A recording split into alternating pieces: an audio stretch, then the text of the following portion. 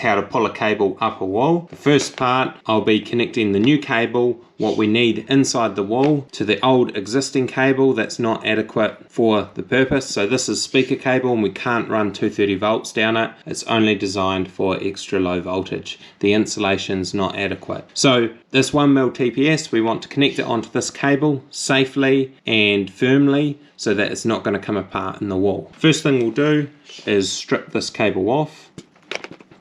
Now I've probably stripped it back too far here. It's fine, I can just cut the excess off.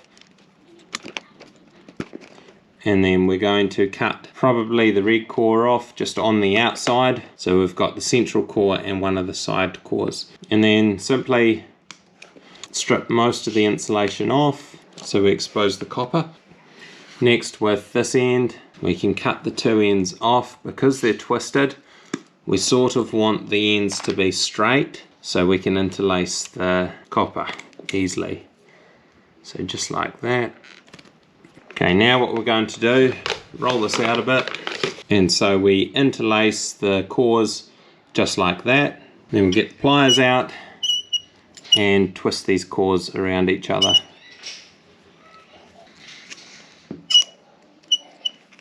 And just cut the wee bit of excess off.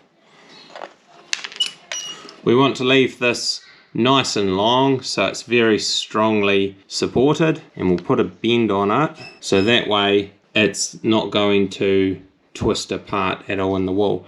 More so, it would be important for these flexible cable cores. These cable cores here are stronger, more rigid copper, so they're less prone to just coming apart easily in the wall. These ones here, we want to spread them out a bit before we twist them up so they're all interwoven. Then we can start with our fingers and finish the twist off with the pliers. Now this one here, it's going to be far more important that this is bent over and is taped up very, very securely. So the next step we're going to do, get some insulation tape and start back a bit from the end, and we just want to wrap it really tightly around the cable.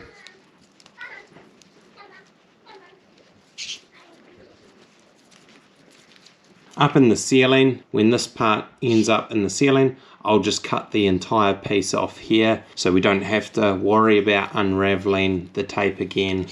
And we pull the tape nice and tight, so if there is any small holes or hard to get through places, the tape's going to slide it through as nice as possible. Now you want to make sure you decrease the chance of getting these raised bumps where you've got the cables folded back, but a lot of the time you can't avoid it. You can use your pliers and squeeze it in, crush it a bit if you're concerned about small holes that are drilled inside the walls.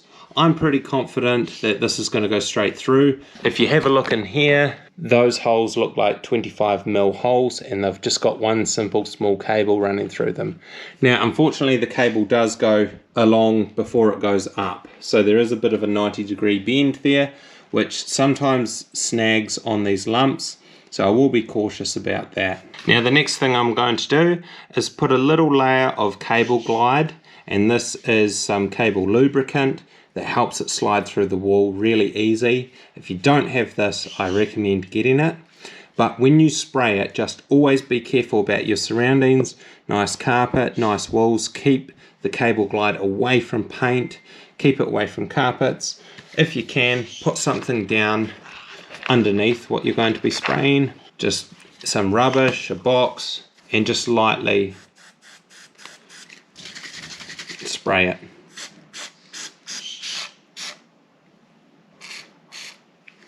And then you can get your fingers and just help guide it around all of the insulation tape. Always put cable glide on last, because if you put it on first, the tape's not going to adhere to itself, it's just going to fall straight off. The other thing, once you've sprayed it on, is you're going to want to maybe try and feed it through the wall. It really depends on whether or not you can see where the cable's going. For this one, I can see the cable's going through timber, so I want to just poke it through the wall, so when I'm up in the ceiling pulling it, it's not going to get any residue on the paint of the wall itself. There is water-based lubricant, which is somewhat better for paints and walls, but I tend to find this stuff is more convenient, and as long as you're very careful about how you use it, it's superior because it doesn't leave a soapy residue everywhere. Next step is we're going to unravel enough cable off the drum so when we go up in the ceiling above here we can pull the cable up. So an adequate amount is generally from here to the ceiling would be estimating about 2 meters, and give it an extra meter, so maybe 3 to 4 meters. I'll pull about 4 meters off this drum to be safe and relocate the drum near the hole so we can pull that whole 4 meters up if I do end up needing it. Right, now we're up in the roof space. This here is the old driver for the light below, and this is the speaker cable that we're replacing. Just looking exactly where this cable goes. So the speaker cable goes down this hole here, and it's a 25mm hole. It's nice and big, so I should be able to just pull this cable up. Seems to be coming okay. Just give it a bit of a shake as you pull it up so it doesn't snag on anything on its way up. And look at that. That was very easy.